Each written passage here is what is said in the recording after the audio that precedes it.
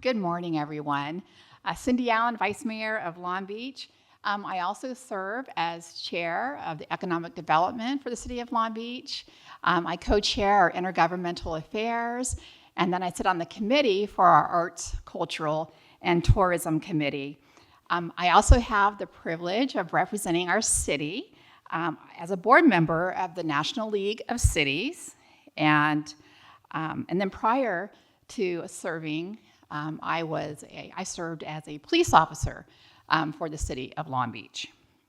Today, I'm representing the Southern California Association of Governments, known as SCAG, in my role as First Vice President of SCAG's Regional Council. SCAG is the nation's largest metropolitan planning organization, and our purpose is to create holistic plans to achieve the region's unified goals. The SCAG region, in case you don't know, includes 6 Southern California counties, which is Imperial, Los Angeles, Orange, Riverside, San Bernardino, and Ventura. And it also includes 16 federally recognized tribal governments. In the SCAG region, we represent almost 19 million people, which is 191 cities, which equates to 47% of the state. The region is one of the world's diverse demographically and geographically. So SCAG serves as a united voice for the region. We advocate for legislative and funding needs of Southern California's diverse and growing communities. And we just can't, we can do more together. That's one of the things that we talk about on SCAG, because there's no way that just one person can really see what everyone is doing in the region, because it's just too big and it's too diverse. That's why regional collaboration becomes so very important. SCAG's purpose is to lead an overarching plan for the region and then achieve our unified goals. So if you attended the Driving Change Electrification of Drayage for Sustainable Logistics panel yesterday, then you heard our Executive Director, Komi Ajize, speak about SCAG's plan to advance a zero-emission goods movement system, which we launched in our 2012 Regional Transportation Plan. More recently, SCAG's zero-emission truck infrastructure study has sought to provide a roadmap for zero-emission truck infrastructure for the region. Our work falls into broad categories: transportation, housing, collaboration and advocacy, and resource and tools. So every 4 years, SCAG is required to prepare a regional transportation plan and sustainable community strategy, which is also referred to as Connect SoCal. The regional plan meets federal transportation conformity requirements and state requirements for greenhouse gas emission reduction. This enables the region to continue to receive funding for the much-needed transportation projects. Our latest plan was approved and adopted in April of this year, which was a monumental accomplishment for all the folks that were involved. The long-range plan outlines the development, management, and operation for the transportation systems for the SCAG region for the next 20 years. It ensures that these systems function together as an integrated intermodal transportation network. And the strategy aims to align with state environmental goals and fosters healthier and more connected communities. But ultimately, the plan inventories a future regional transportation network by forecasting the use of development patterns, land use development patterns, and by providing a range of policies and strategies to address key issues. So in thinking about our region, I can tell you that the future is bright. We are already looking to the 2028 Olympic and Paralympic Games. which we will host 800 events at more than 75 venues. And we will bring athletes and spectators and the attention of the whole world on Southern California. The events will be spread all across the region, and that is why it's important to have a coordinated approach between local regional planners, officials, to ensure that we have successful Olympic Games. So SCAG has a staff that has been working in partnership with LA 28, with Caltrans, the Los Angeles Department of Transportation, the Los Angeles Mayor's Office, and Metrolink. And this group is collectively known as the Games Mobility Executives, which are the GMEs, because we like our acronyms. So the GME will develop mobility plans and pursue state and federal funds for transportation infrastructure and mobility resources before, during, and then also after the Games. So staff at SCAG has identified 3 foundational roles for SCAG in preparing for the 2028 Olympic and Paralympic Games. So one will be convening partners at a regional level and bringing in and administering funding and resources. And thirdly, developing a regional approach to transportation demand management. So we look at the summer of 2028, right? And that is going to come quick. So we look forward to preparing the region to take the world stage during the 2028 Olympic and Paralympic Games. So there are definitely exciting times ahead. So I just want to say thank you so much for having me here. Welcome to your second day. And then I will pass this back to Tim. Thank you very much.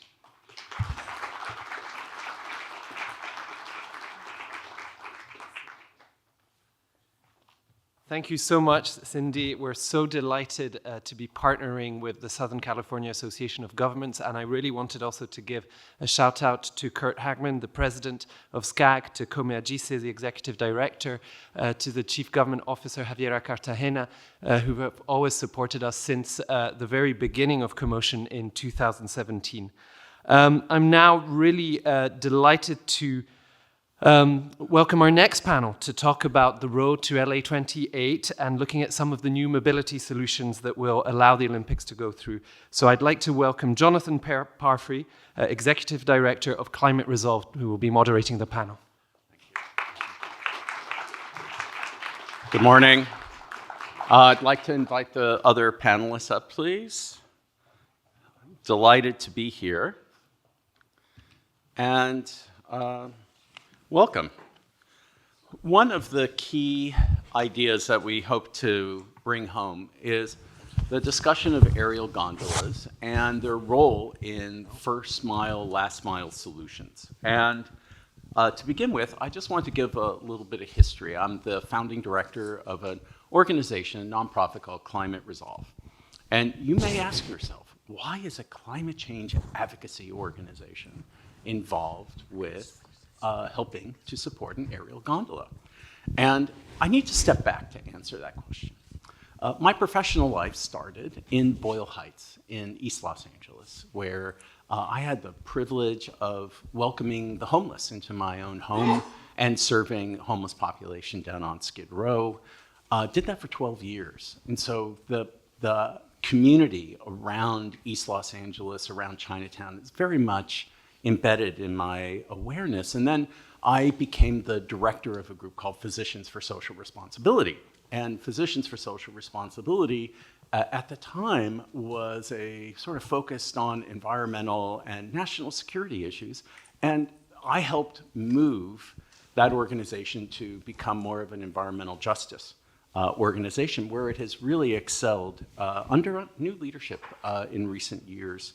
I then became the director of the Green LA Coalition, of all of the green groups in Los Angeles working together back in around 2006, and did that for 5 years, where I founded Climate Resolve. And if you remember, back around 2009, 2010, the Waxman-Markey legislation was supposed to be the winning sort of policy on climate issues, and it failed. It failed miserably.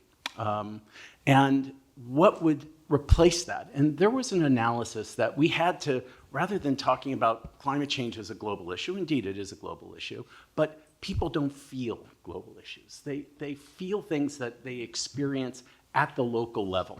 And so that is why Climate Resolve came into existence, was to bring home the climate challenge and the climate action opportunities to yield benefits locally. Around the time, I had the privilege of helping to establish Ciclavia. Some of you have experienced Ciclavia, which is an open street event, closing it to automobiles, but opening it up to people. And when we first started on October 10th, 2010, we didn't know it was going to be an utter failure or if it was going to succeed. And it ended up being a wild success. There had been this pent-up desire for people to take back the streets in Los Angeles, take it away from the automobile. And the thing that was shocking to me was how we put forward a positive vision that ended up attracting the public to participate. And if you recall, we have had car-free events where you're supposed to leave your car at home and take public transit. And my apologies to anyone here who has a successful car-free event that they've organized. I've never seen them that successful. Frankly, when we said Ciclavia and made it this invitation, we had 100,000 people that first day of October 10th, 2010. And now there have been over 45 of these events in Los Angeles that have been wildly successful. And it planted a seed in the minds of people in Los Angeles, even though it's a specialized event, that commuting by bicycle in Los Angeles is something that's real. It's a possibility. And since then, we've had wonderful bike lanes developed. It's been a very exciting sort of catalyst for changing our approach to active transportation in Southern California.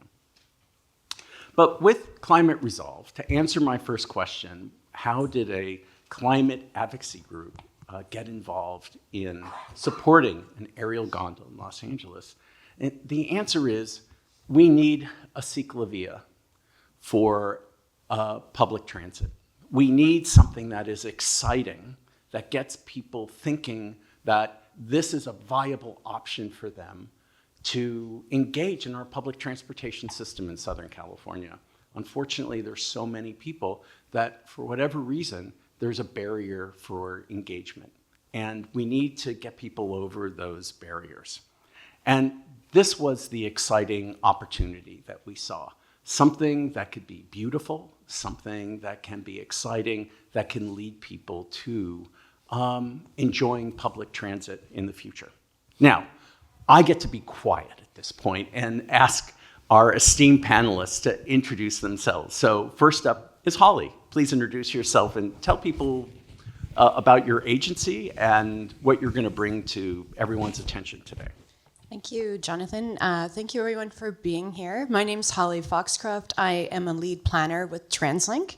We are Metro Vancouver's multimodal transportation authority.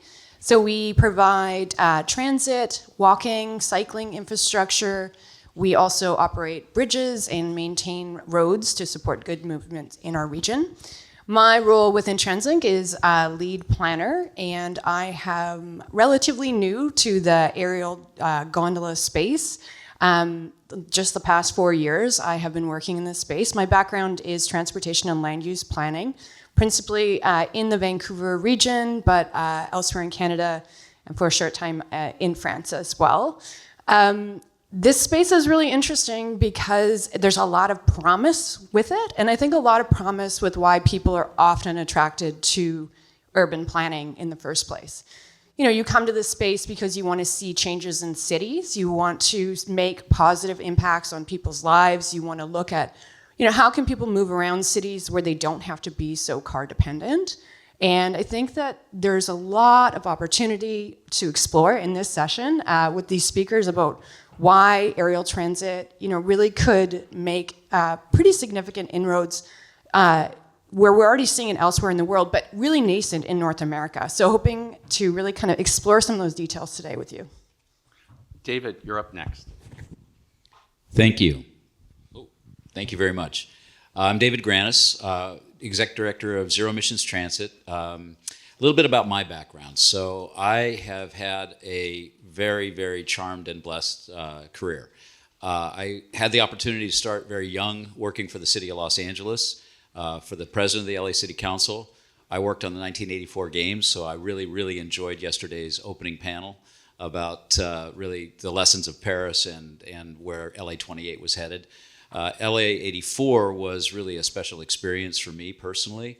I got to really be involved in the transportation planning, which for those that were alive then, many weren't, I'm old, but we didn't have much in the way of the kit of parts and the tools to really make a big difference like many places did and do today. Our principal mode was buses. I have pictures of Carl Lewis, the 3-time gold medalist, hanging out of a school bus, because that's how the athletes got to the games. They were unair conditioned. It was August. It was just lovely. But the success story was that people in Los Angeles really, just like people in Paris that you saw this summer, rallied around the notion of this is a global event. We're going to put on a great, great party for the world. And that's exactly what we did. And people made choices that they'd never really had before. And the people made the difference. Plans are great, but the people are the ones that actually made that difference. I've had the opportunity to work on a number of really amazing things in my career. We did the funding for the Alameda Corridor, which really spawned TIFIA. That was the first loan for federal loan for infrastructure in this country. Worked on a light rail program that was dead, and we resurrected it by creating a construction authority and delivering that project on time and on budget. I had the wonderful opportunity, thanks to my friend who's sitting here in the front row, Cindy Sterrett, to work with her on the Hearst Ranch conservation. We did that conservation deal where now the Hearst Ranch is preserved in perpetuity for all of Californians. My role was relatively small, but it was the scenic highway of Highway 1 and really leveraging that so that that became then kind of catalytic for the rest of the conservation. Done residential TMOs and major work with my friend Hillary Norton, who's also there in the front row, and my board member on ZET. This project is really, as Holly said, this captured my imagination. I grew up in Portland, Oregon. And so I wasn't there when they started their aerial tram project, but I knew all the folks involved. I knew OHSU quite well. I knew the city of Portland folks, and really that was privately initiated really by the folks who owned Powell Books, if you're familiar with Portland. They started that project. Really to keep that employer there because they needed to expand at the hospital level, they needed medical office facilities, and they wanted to build another parking garage. That didn't fly with the neighborhood as well. And so the solution was take an abandoned shipyard along the river, build your office there, and connect it with an aerial tram. In the case of Portland, it was an aerial tram, a little bit different technology. And my friend to my left here is going to be the expert on all the technologies in the world that are out there in gondolas. But that was inspirational really because it was the use of this zero emission technology for a very specific purpose. And so actually Cindy and I also had the opportunity to work on the Union Station master plan many, many years ago. And one of the things that came out of that was how do you connect all the sports venues to public transit? And so that property at LA Union Station was entitled with an arena over the tracks for basketball and hockey. At the time, the owner of the Dodgers was Peter O'Malley, and he was asked to pursue a football stadium at the top of the hill. How do you do that and connect it? Well, we would connect it with an aerial tram. And that was a report issued in 1989. So I guess either I'm a slow starter or I never give up. I'm not sure which you want to categorize me as, but here we are in 2024 with the LA Area Rapid Transit Project, which I will really enjoy talking about more in just a moment. But right now, I want to hand it over to my friend to my left. So, John, you're up next. And as differentiating between Holly and David, you are a manufacturer of the rope technologies. Could please give a self-introduction and perhaps touch on some of the work that you do? Okay, thank you, and good morning. My name's John Mauch. I'm a senior sales director for Leitner-Poma of America. We're a global company, but we're on the North American portion of that company. I've been in the ropeway business for my entire professional career, so we're going to call that 45 years. Okay, it's a little bit more than that. I've been involved in a number of aspects, we'd say all aspects of construction, sales, operations, and so on, of ropeway equipment. So involved in hundreds of millions of dollars worth of installations, and I would say at least 100 installations individually. We have a couple of items here in California, one of them being at Salesforce Tower in San Francisco. There's a little tramway there that we did just a few years ago. And also I was involved in Roosevelt Island in New York City, which we'll look at in a minute. But thanks for letting me be here. Thank you, John. And so returning to you, Holly, I think you have some slides that you want to share. Oh, it's John, you're up first. John, share your slides. So I wanted to be clear too about this is, ropeway transportation is not new, and it's been around for a long time. It really evolved out of mining tramways. So in the late 1800s, wire rope was invented or developed. It had to wait until steel was able to be produced that was strong enough to make a wire rope. But there were mining tramways throughout the United States and the world, basically assisted with the Industrial Revolution, hauling coal and other mining materials, gold and silver, in California, in Colorado, Nevada. So it's been around for a long time.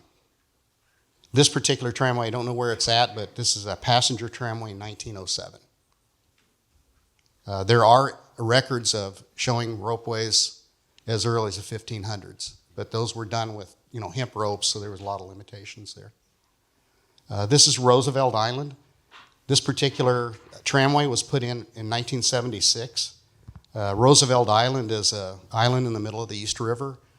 It's very isolated. It was used in the early part of the century to put the undesirables, I'll call them. There's a small, old smallpox hospital there, mental asylum, prison. And after that was no longer needed, they ended up with an island that was just 1,500 foot from Manhattan. So this early tramway was put in 76 because they were going to use or put in a subway stop. But that subway stop was in the river. It was very deep. It ended up being the deepest one in New York at some 300 feet below the surface. So it took a lot longer for it to be installed. The tramway ran then for years until that subway stop was put in. It became such an icon that it continued to operate. We replaced it with a newer tramway you can see there on the right.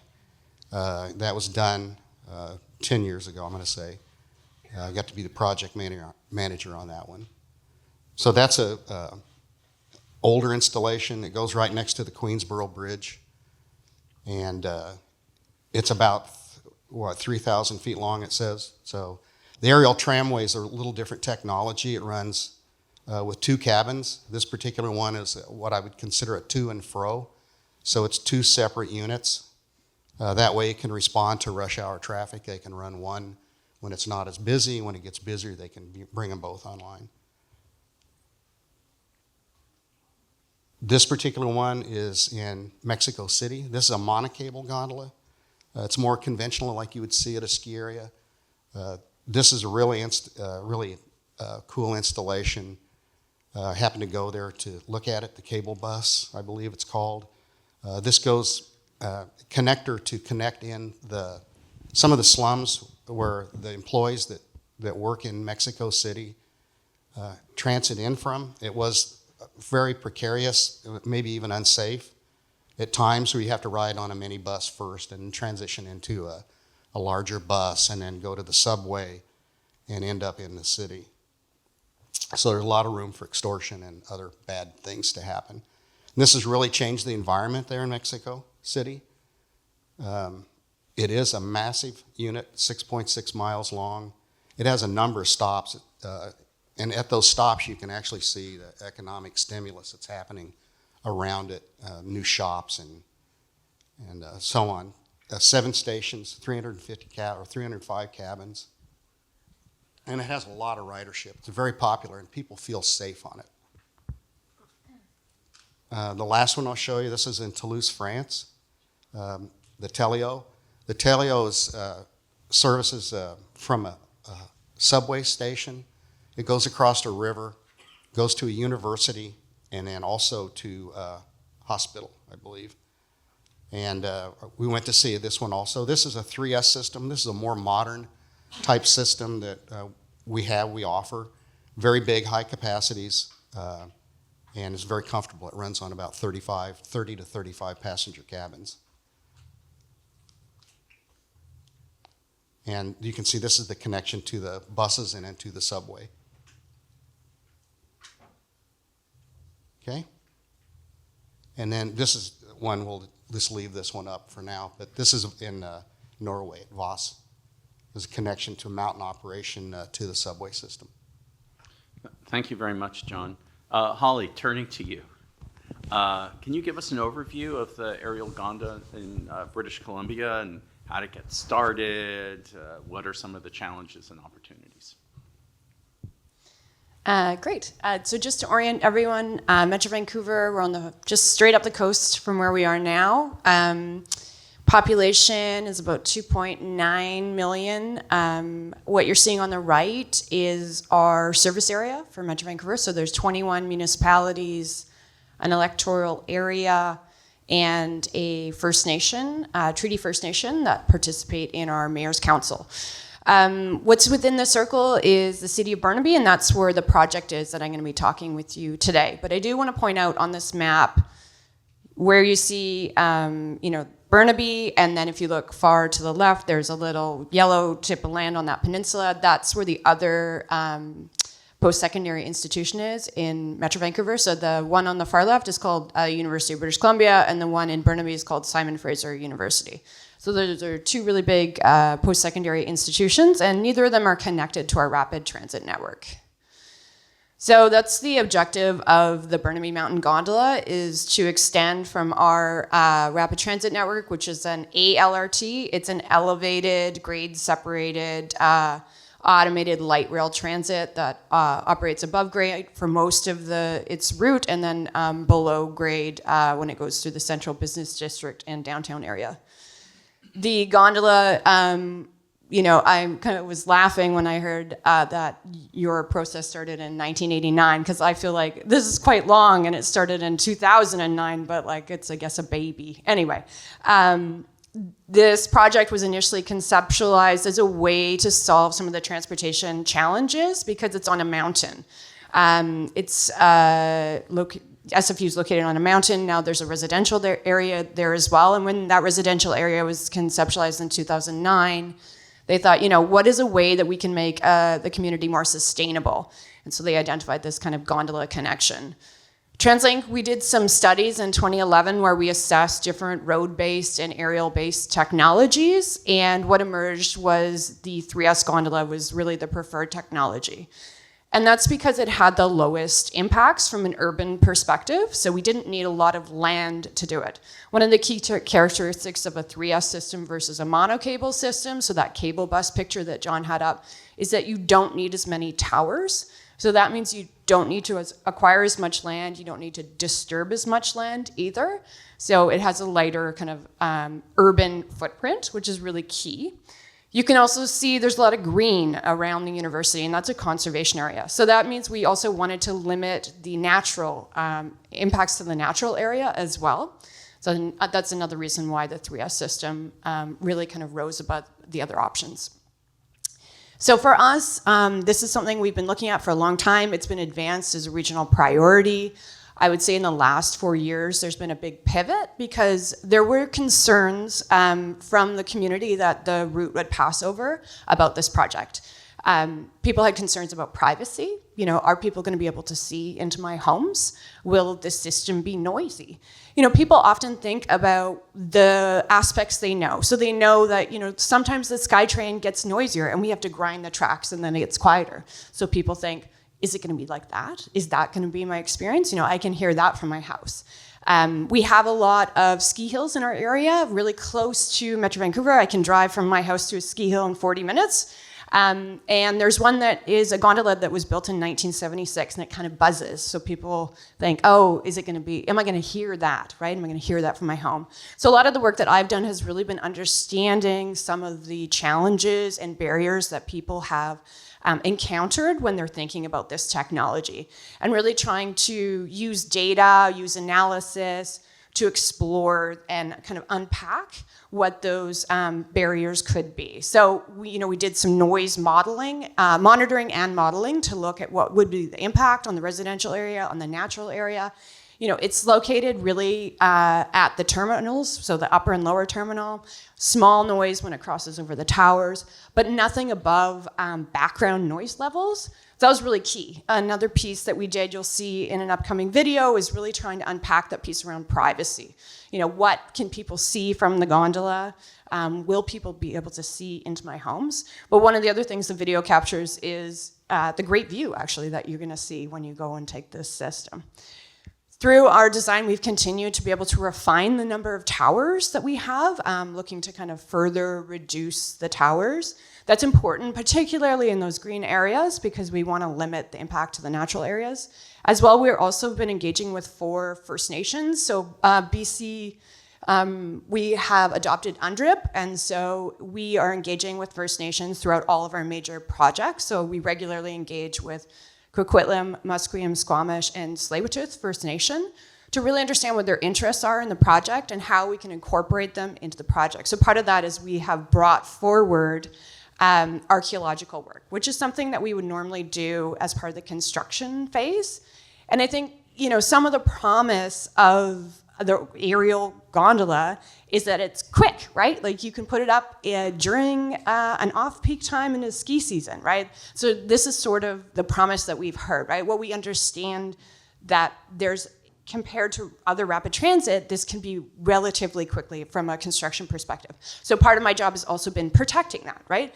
Because it's not the system that is the thing that's gonna take a long time to construct, it's all the other aspects of the urban area. It's also our interaction with the natural area. It's also the interaction with the potential for archaeological finds. So a big challenge and opportunity for me on this project has been to look at how can we continue to de-risk the construction schedule. So that has been doing that archaeological work early. It's been really being clear about requirements gathering. So engaging with members from different equity deserving groups, accessibility committees, understanding what their needs are for them to be able to travel safely and comfortably on the system, and how we can bake that into our design right now when we're going forward for that capital funding, right? So we're not gonna be kind of trying to add the space in later, but really, how can we understand what it looks like from those terminals, from a design perspective, as well as looking and working through the different operational considerations so that when we do go out to market and go to market with Leitner-Poma and Doppelmayr-Garventa, they've got a clear indication of what our needs are and requirements are for the system to operate safely. So I'm going to move to the next slide, which is a little bit of a snapshot of the video, I think. It's coming.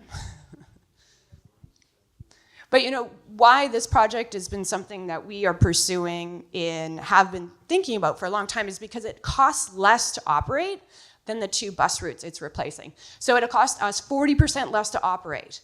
And we can increase the capacity of the system from 3,000 ppHPD to 4,000 ppHPD without having a kind of notable increase in the operating costs. So this looks much better on your phone. For some reason, the image has flattened and it looks wacky. But so I think that maybe we can have a link or something later. But if you Google Burnaby Mountain Gondola on YouTube, this will come up, and it's really cool. You can turn your phone around.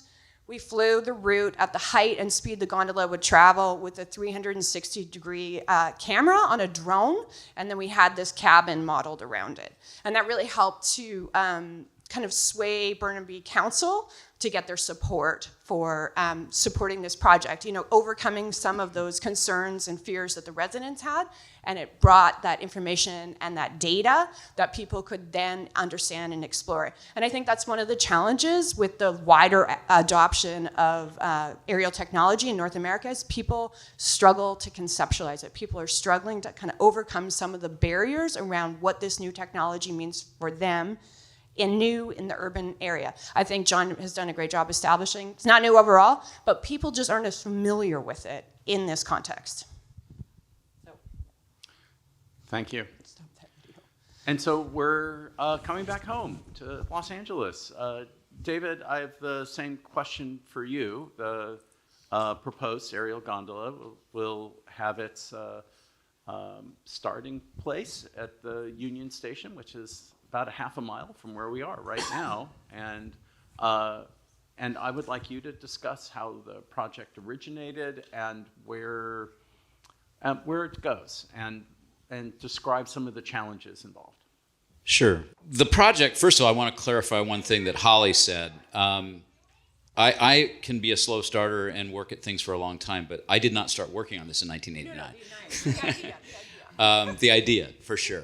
We actually started this project, Jonathan, to answer your question, really looking at this in about 2015.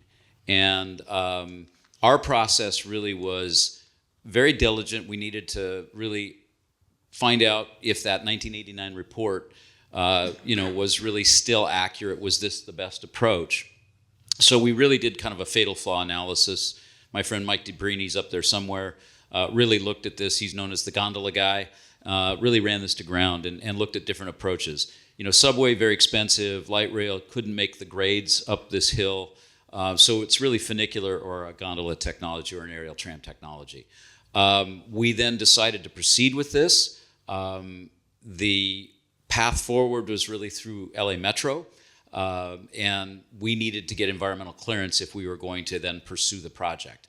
Needed a public agency for that, so we went through the unsolicited proposal process at Metro through their Office of Innovation, and that process took us about a year to go through. Metro did embrace that. They had never done this before, where they had worked with a private entity to partner on the California Environmental Quality Act clearance for a project, or CEQA clearance, or environmental clearance for a project. We launched that process with Metro in 2019, went through an entire, I think Beth Gordy's up there somewhere, really oversaw the environmental process. Jennifer Rivera's somewhere maybe in here, did the entire outreach process. About 4.5 years of environmental process. Lots of community meetings, lots of changes, actually. We originally proposed this project, Jonathan, as a direct connect between Union Station and Dodger Stadium.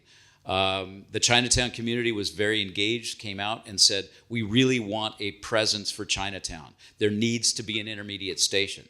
So these aren't inexpensive. Holly's right. They have a lighter touch on the land, and they are much quicker to build. But we went ahead and added that intermediate station at Chinatown LA State Historic Park. So I'll walk through that in a moment. But basically, the process now that we're in is we're now in the approval process. So Metro approved our environmental in February of this year, 11-0, certified our environmental analysis, and now we've engaged in the approval process.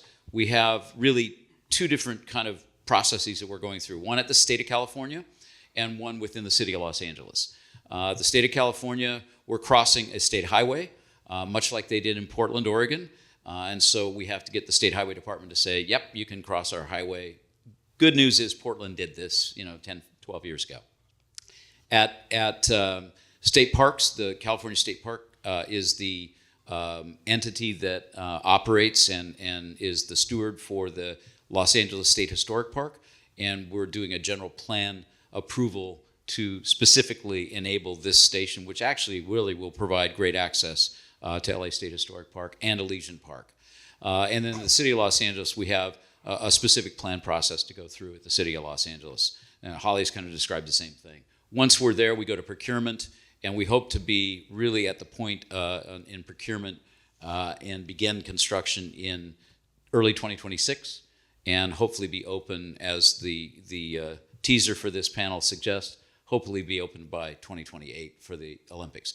In case you haven't seen, baseball is back for the 28 Olympics. It was the most popular venue in Tokyo, and it's coming back to Los Angeles.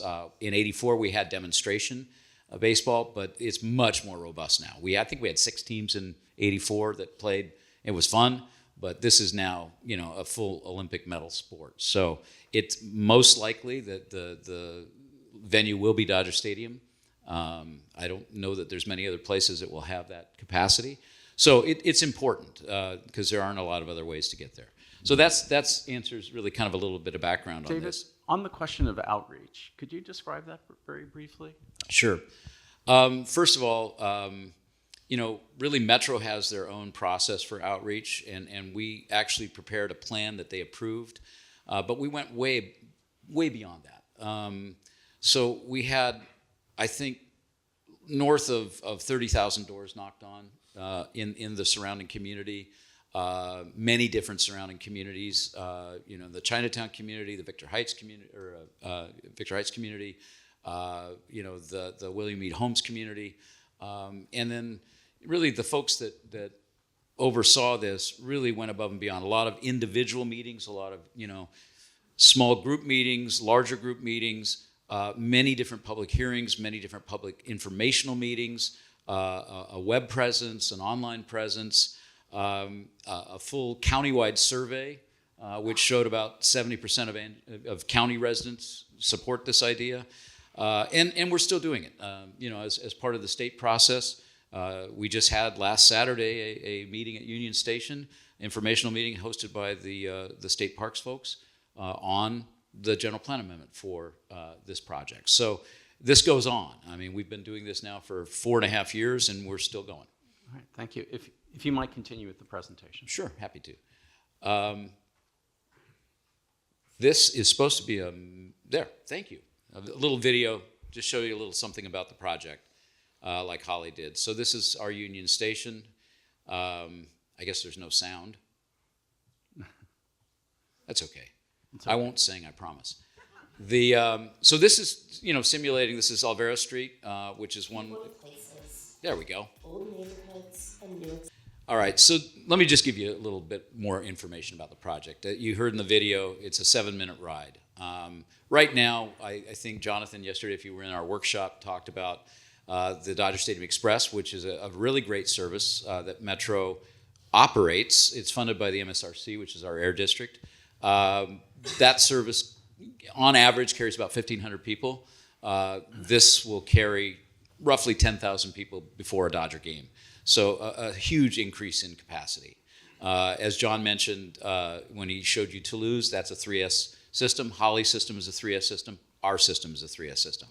That's the highest capacity system. We'll have 53 cabins on the ropeway. That gives us the ability at peak to carry that number of people as you see on the slide.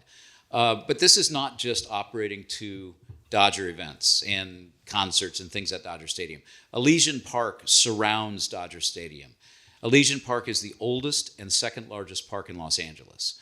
And right now there's very, very few options to get there. There's no real transit options to get there. Griffith Park's our largest park. Good bus transit there. No real transit to Elysian Park. Elysian Park also has enormous, wonderful resources in lots of sports fields, frisbee golf, mountain biking trails, hiking trails, etc. And so gondola technology, as John has mentioned, that can carry pretty much anything. So bikes can be on there. It's very ADA friendly. Hillary talked about this yesterday. This is amongst the most friendly type of transit for the disabled community. I guess I actually have to push the button, don't I? This is just to show you a little bit in Los Angeles. This is really geared to our system here. Obviously Subway has the highest capacity, but this particular form of gondola transit carries more than our light rail system in an hour because of the length of our platforms. Our platform's a little bit shorter here than if you were in New York or Boston or Chicago, etc. The pardon me. The project is actually I should say the technology is actually advancing, and so there may be some more capacity benefits down the line. This is just an overview of the route itself. The aerial picture on the left, at the bottom there, that's Union Station. Union Station is being expanded in Los Angeles. We have Metro right now through Union Station has about 100,000 people a day go through there with the their projects that they're doing there and eliminating the tail tracks and creating through track operations at Union Station. That's going to jump to 200,000 a day. So we really wanted to connect to the transit hub. The whole idea here is to connect to transit and to really accelerate the notion of people utilizing the transit. On the right, you can kind of make out those little white canopies. Those are our stations. They're over the street. This is really taking a page from La Paz, Bolivia, where their system is pretty much all over public right-of-way. That's where we are. We're over public right-of-way, and then you can see where we head up Alameda, and it turns into Spring Street up there in the midpoint. You can see the Chinatown LA State Historic Park Station, serving that at the request of Chinatown, like I mentioned. We, hug kind of next to the Metro A line and head to Broadway. We turn up the hill. We're right next to Cathedral High School. They've been a huge supporter.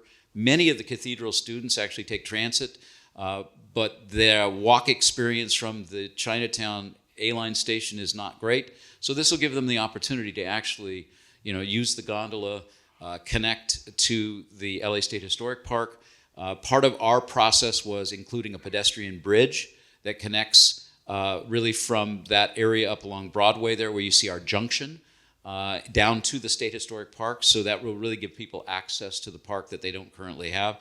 And then heading up into Elysian Park, where at each of these installations, the Dodger Stadium station, the LA State Historic Park station, and Alameda, our stations there, is a mobility hub and really creating connectivity to the surrounding area. And so really just to kind of wrap up in terms of this particular project, if you saw, anybody watching the World Series might have seen the announcers had a segment on there about what's the traffic report today. And in fact, I think one of the stories I read was Alex Rodriguez had to run up the hill to make the broadcast on time because he couldn't get there in his car. So, we really need something like this. We really need, as you said, Jonathan, in your opening remarks, really the iconic nature of this and really the wow factor.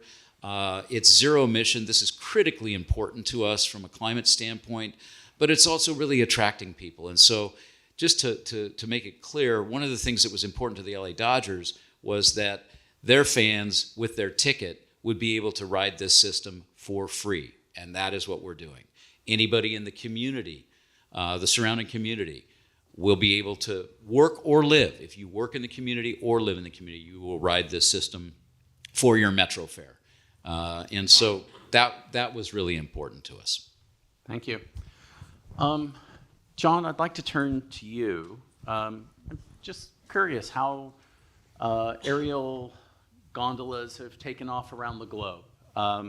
I was just hoping you could say whether there are attractions and is this really a viable form of transportation?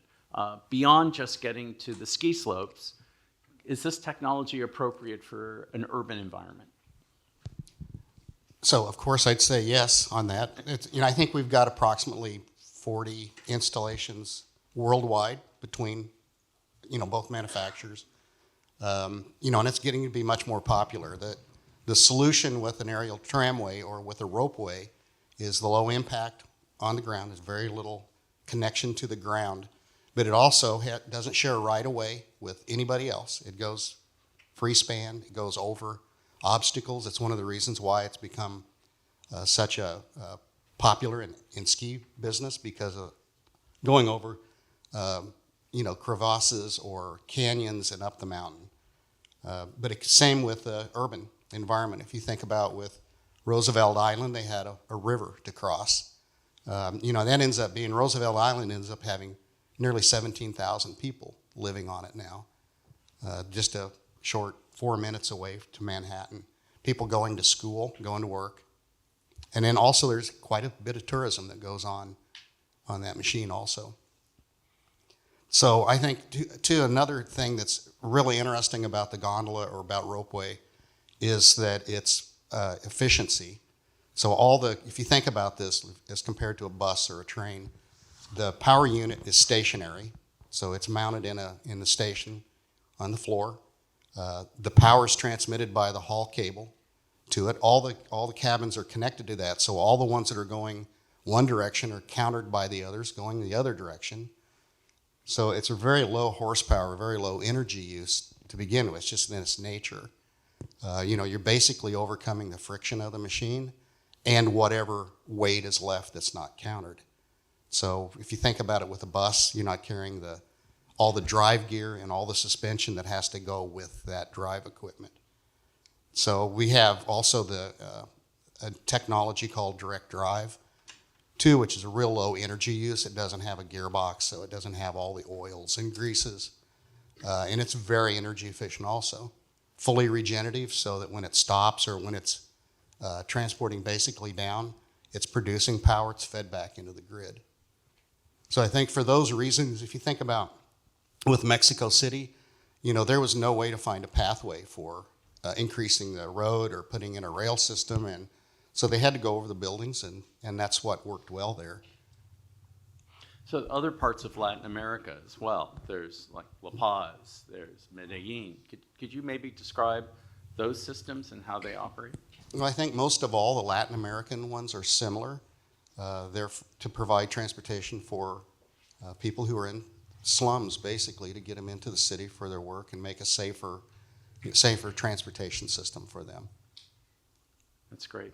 Holly, looking at Translink, can you describe the role of how the aerial gondola system is going to connect to public transit, and tell us the mood of the Burnaby community about the project?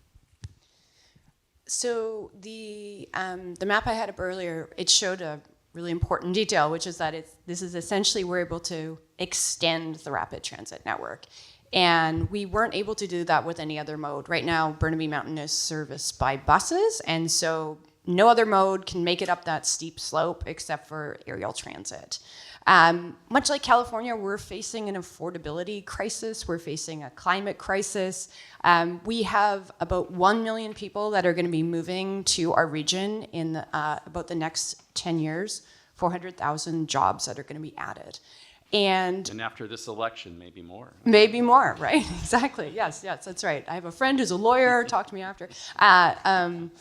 But yes, everyone welcome in Canada. We have a lot of actually Americans, a lot of Californians that work in Translink in the same department as me. I think they struggle with the rain, but pretty great system. So we've got a really good system. And what is interesting is we have unity from our 21 mayors that this is a priority. So they are actively lobbying our provincial government, our federal government, to enable a plan that we have, which is called Access for Everyone. They all understand that investing in transit is very, very important because we aren't building our road network anymore. So we need to think about creative ways to better utilize our road network. Some of that we're achieving through active transportation. We are also going to be implementing bus rapid transit. And then in this aspect with the gondola is we are going to be able to free up road network space across our region because people are driving, particularly from municipalities that are located farther away from Simon Fraser University. So we're going to be freeing that up. We're going to see about an 8% mode shift from this project, which is pretty impactful.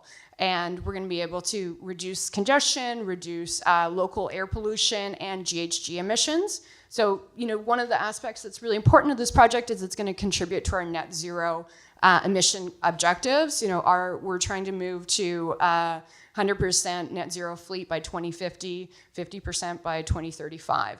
This project is going to enable us to essentially flip the switch. Taking 16 articulated buses out of service, reallocated in the short term to be able to fill some of those service gaps. We've had an incredible ridership return from COVID. We are between 90 and 110%.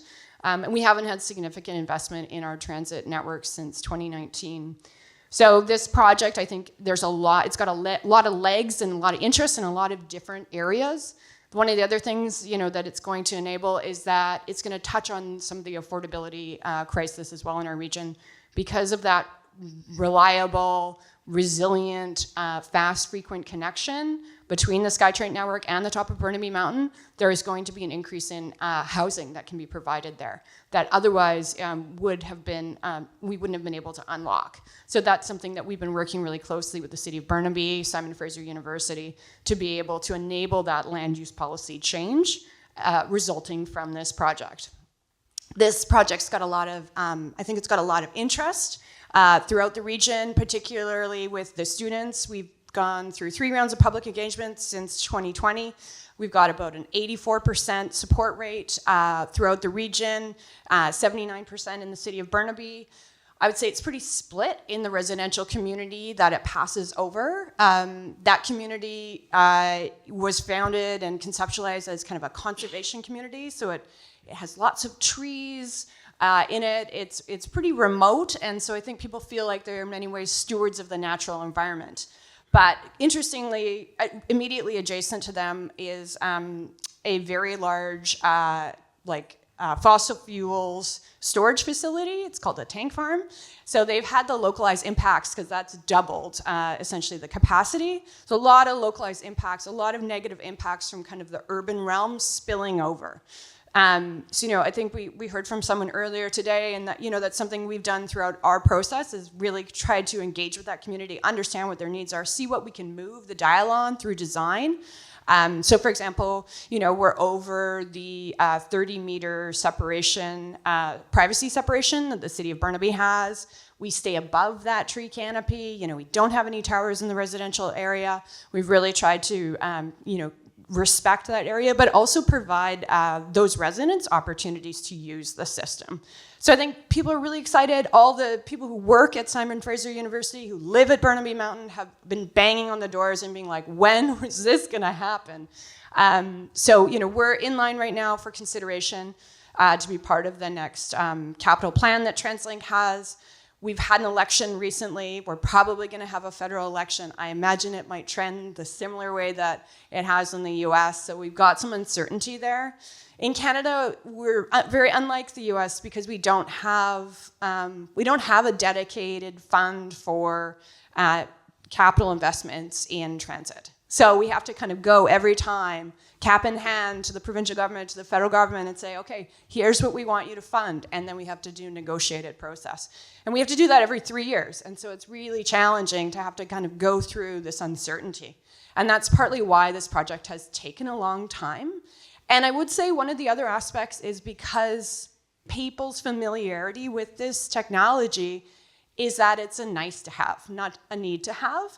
And people think, oh, that's for rich people who ski, right? Or that's a pleasurable thing, or that's for recreating. Not that it's a legitimate mode of transit. And so that's been something that we've really worked to overcome, and it has been challenging.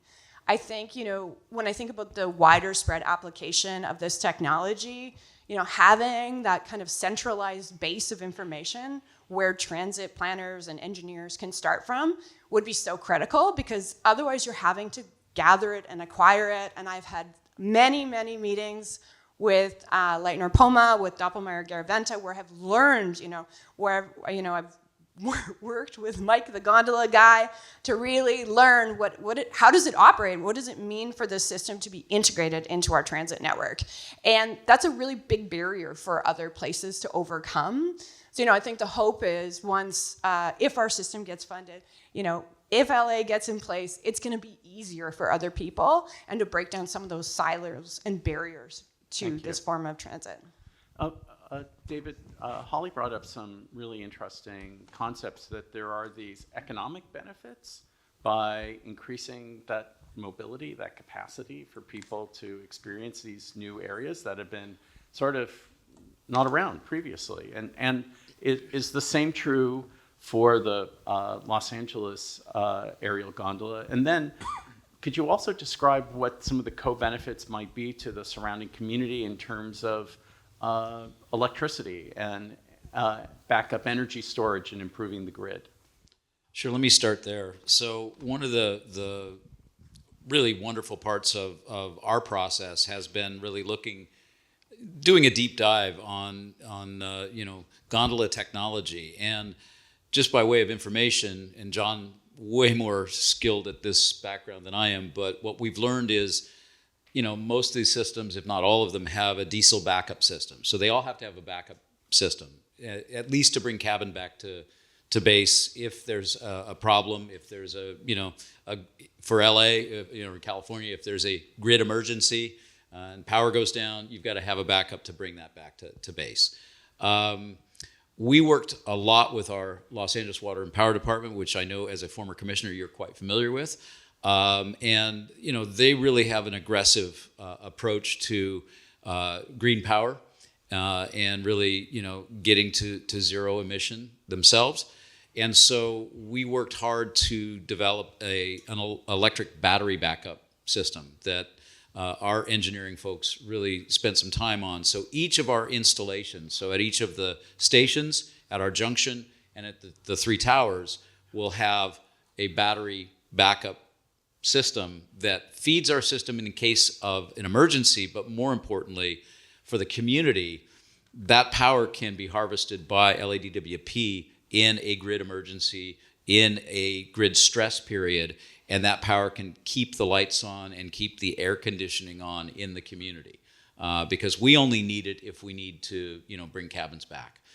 So that extra power, battery power, will be able to be used by DWP.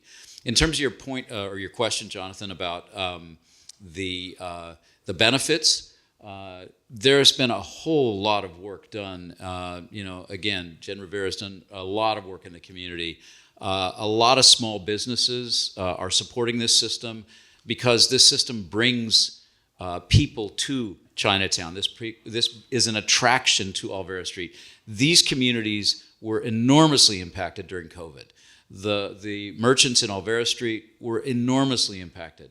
Chinatowns throughout the country, throughout all of North America, were significantly impacted, and so that's one of the reasons that a lot of these small businesses, and we have a whole small business assistance approach, advertising for those businesses, the opportunity for people to utilize the gondola, but then also visit these areas, go to the restaurants, go to the shops, etc. So that's a big part. But I also wanted to add maybe something you didn't focus on that really helps holistically the community, and that's really this recreational asset called Elysian Park. Metro is doing their amazing LA River Bikeway program that runs all the way from the San Fernando Valley down to Southgate.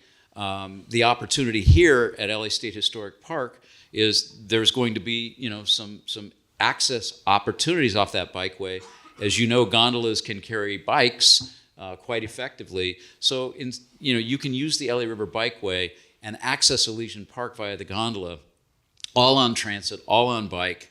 Again, to that point of really changing the culture a little bit and getting people more engaged in their options, their choices. Back to my 84 roots, it was all people getting choices and taking those choices that they had never had before. So I think that's the opportunity this provides. Thank you. I'd like to take a question from the audience. I need to see arms.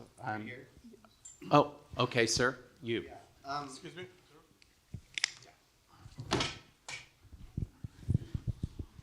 Hello, my name is Paul McLaren. I'm a planner in City of Camarillo. When I was going to school back in 2009 to become a planner, our instructor for climate or for the CEQA, he had us do a project where we were revisioning the Dodger Stadium to be like City Walk at Universal Studios or Downtown Disney or something along those lines. I'm just thinking that, has anybody spoken with Dodger Stadium about continuing that project? Because I haven't seen anything more on it, so that this gondola then gets actually more use more of the time, because there's also other opportunities for people to go there when it's not a game, when it's not a big event, and then also then be able to use that as the base to access Elysian Park. David, I think that's for you. Yeah, sounds like it. So actually, Zero Emission Transit, we own the gondola project, and that's our focus. That we don't have any control over the property itself. The Dodgers, they have the team and the stadium, and then the property around that area is owned by another entity. Look, there's been a lot of talk, for years about, what to do. Should it stay a parking lot? Is there more opportunity? I'm sure that's true. It's not something that we're focused on. We're focused on getting this transit link to the park and to the stadium. So I don't know the answer to your question as it relates to, is there any continuation of what you studied back in 2009 in school? But certainly with our housing crisis, certainly with climate change, et cetera, I think certainly there's opportunities that abound to look at that. Again, our focus as Zero Emission Transit is on the transit project itself. David, if I remember correctly, there was an amendment to the environmental report at Metro that stipulated if any development in the future should happen there, that it had to meet certain requirements. There was an affordable housing aspect to that. Yeah, that's correct. Yeah. So again, not something we control, Yeah. and not something actually Metro controls, but it's out there. Yeah. All right.